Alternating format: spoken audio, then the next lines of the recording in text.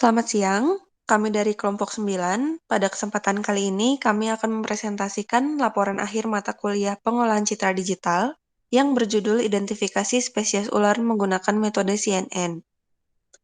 Kelompok kami beranggotakan Rafael Tektano Grandiawan Eknanda, kemudian saya sendiri Levina Siatono, lalu ada rekan saya Muhammad Abiyu Habibi, dan rekan saya juga Reza Ahmad Naufal.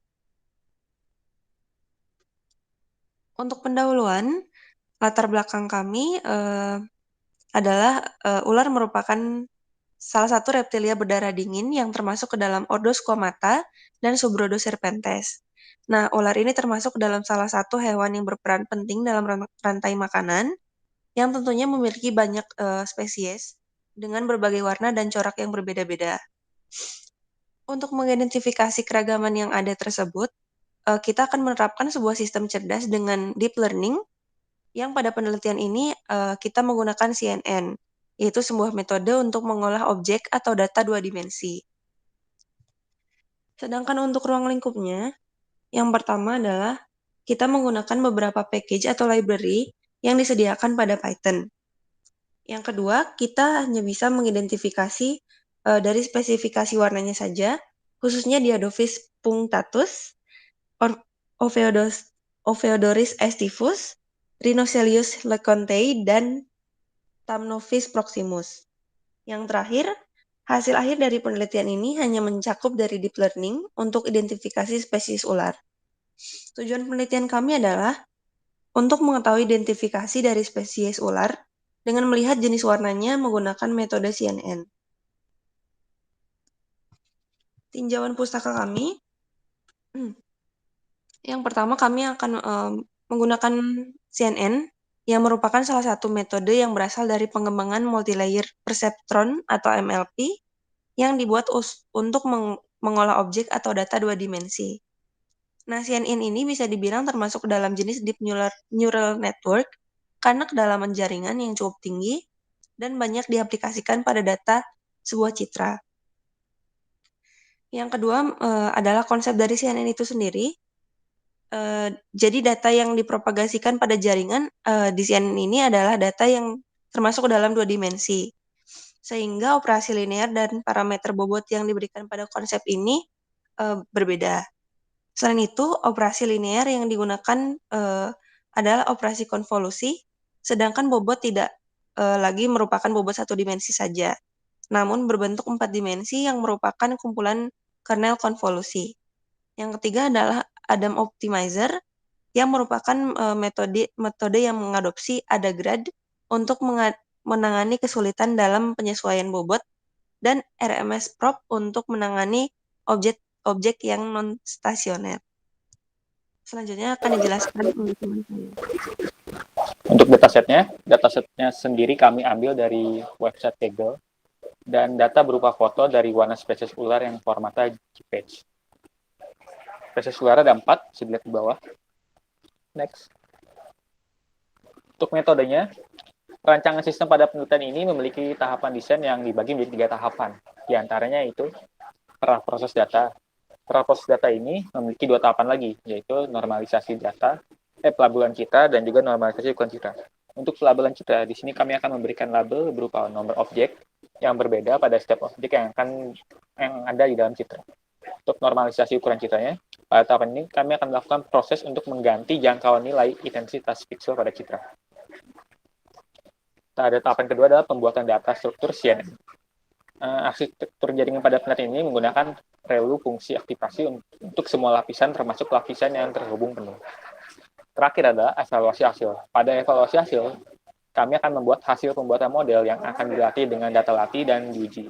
Pembuatan model juga akan diamati nilai loss yang diperoleh. Next. Pada hasil dan pembahasan, yang pertama kali kami lakukan adalah melakukan pre-processing pada data.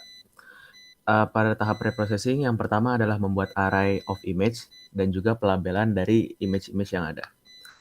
Pada tahapan ini, kami membuat sebuah array yang berisi array dengan indeks 0 dan 1. Dengan indeks 0-nya adalah gambar ular yang sudah di-resize dan disamaratakan ukurannya untuk semua gambar. Dan juga indeks satunya adalah indeks dari tipe ular yang akan diidentifikasikan.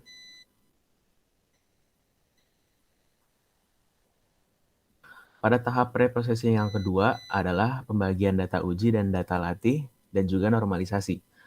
Pada pembuatan data uji dan data latih ini, kami melakukan normalisasi array dengan yang sebelumnya 0 sampai 255 menjadi 0 sampai 1 dan membagi data tersebut menjadi data uji atau tes sebanyak 30% atau 440 data dan juga data latih atau train sebanyak 70% atau 1025 data.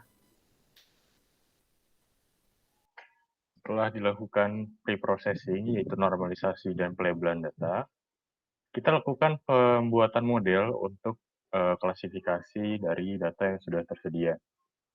Pertama-tama kita buat modelnya dulu. Perlu diketahui bahwa model yang dipakai ini adalah model yang berasal dari jurnal penelitian klasifikasi burung yang sudah kita modifikasi juga. Jadi di sana sudah ada bagaimana modelnya dan bentukannya tertulis, bukan sebuah kode. Kemudian kita terapkan, implementasikan dengan library keras. Kemudian kita modifikasi sedikit. Untuk detailnya, di layer pertama itu kita tambahkan konvolusi 2 dimensi dengan ukuran kernel yaitu 3x3 dan sebanyak 32 neuron dengan aktivasi yaitu ReLU. Dan input shape-nya kita resize dulu dari gambar yang sebelumnya sudah ada menjadi ukurannya 92 x 92 pixel. Setelah itu kita max pooling dengan kernel 3x3. Di layer kedua, ada konvolusi 2 dimensi lagi dengan ukuran 3x3 juga, namun kita tambahkan jadi 64 neuron dengan aktivasi ReLU, dan di max pooling dengan ukuran kernel 2x3, dan kita geser sebanyak 2 pixel atau stripes. Kemudian di layer ketiga, kita tambahkan konvolusi 2 dimensi dengan kernel 3x3, lalu sebanyak 124 neuron dengan aktivasi yaitu ReLU. Dan di max pooling dengan ukuran kernel 2x2 dan stripes-nya yaitu 2 pixel. Lalu kita tambahkan fungsi dropout sebanyak 0,4% agar model ini tidak overfitting. Untuk mengurangi overfitting. Lalu di bagian fourth layer kita flatten feature yang sudah diambil, yang diekstraksi dari first, second, dan third. Lalu kita masukkan ke fungsi dense atau fully connected layer yang pertama, itu sebanyak 1024 neuron dengan aktivasi yaitu ReLU dan fungsi dropout-nya sebanyak 0,8%. Kemudian masuk ke layer kelima, itu kita tambahkan, ini adalah fungsi modifikasinya, layer modifikasi dari jurnal. Itu kita tambahkan dense sebanyak 1024 neuron dengan fungsi aktivasi yaitu ReLU dengan dropout 0,8%. Kemudian di layer ke-6, layer terakhir itu adalah layer klasifikasi dengan 4 klasifikasi sesuai dengan kelas yang ada dengan aktivasi yaitu softmax. Next. Untuk fitting dengan data train atau pelatihan dengan data train, kita gunakan optimizer yaitu ADAM. Di mana sebelumnya sudah dijelaskan bahwa ADAM ini adalah kombinasi dari RMS probe untuk menangani objek yang non-stasioner dan ada grade untuk menangani sparse gradient atau penyesuaian weight yang sulit. Dengan learning rate sebanyak 0,0001, di mana alasannya adalah untuk menghindari osilasi.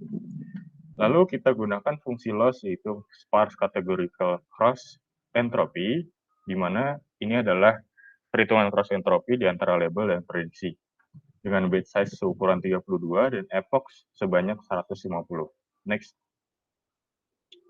Untuk permodelan, kita dapatkan akurasi pada data latih itu 99% dan data validasi sebanyak 92%. Di mana nilai loss-nya sudah mencapai 0,0138. Dan bisa dilihat bahwa nilai loss ini semakin convergent. Ini menunjukkan bahwa model ini sudah cukup bagus karena konvergen dan nilai loss mendekati 0. Nilai loss juga tidak terjadi osilasi karena tadi kita sudah kita buat learning rate-nya sekecil 0,0001 dan nilai loss-nya terus mendekati 0. Kemudian bisa diperhatikan bahwa di Epoch 140 ternyata tidak terjadi perubahan loss lagi. Jadi bisa diberhentikan permodelannya pada Epoch 140. Kemudian model yang sudah dibuat dimasukkan data uji dan akurasi yang didapatkan itu sebanyak 91%. Bisa dilihat bahwa precision recall pada kelas ke-0 itu sudah cukup baik, di mana berarti model ini sudah bisa memprediksi dengan baik kelas 0. Dengan F-measure-nya, jadi keseimbangannya precision recall-nya sudah cukup baik. Sama dengan 1 dan 3, namun yang perlu diperhatikan itu yang kelas kedua. Di mana kelas 2 ini masih kurang precision recall-nya dengan kelas yang lain, kemungkinan besar ini terjadi karena data pada kelas kedua ini kurang seimbang dengan data yang lain. Jadi perlu dilakukan undersampling atau oversampling. Next. Untuk kesimpulannya, dalam paper ini kami menggunakan salah satu metode dari deep learning, yaitu Convolutional Neural Network atau CNN, untuk membuat model yang dapat mengklasifikasikan jenis ular.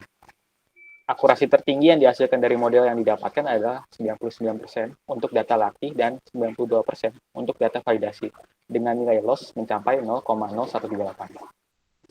Sedangkan untuk hasil pengujian menunjukkan akurasi klasifikasi dari keempat kelas adalah 91%. Hasil tersebut menunjukkan model yang cukup baik karena nilai loss mendekati 0 dan tidak mengalami overfitting secara signifikan. Saran untuk penelitian selanjutnya adalah menggunakan teknik pre-process data, yaitu image augmentation, agar data yang digunakan lebih bervariasi dan lebih seimbang untuk setiap kelasnya. Next. Ini berupa daftar pustaka yang kami gunakan untuk penelitian kali ini. Next. Mungkin itu saja yang bisa kami sampaikan untuk presentasi kali ini. Kurang lebihnya mohon maaf dan terima kasih.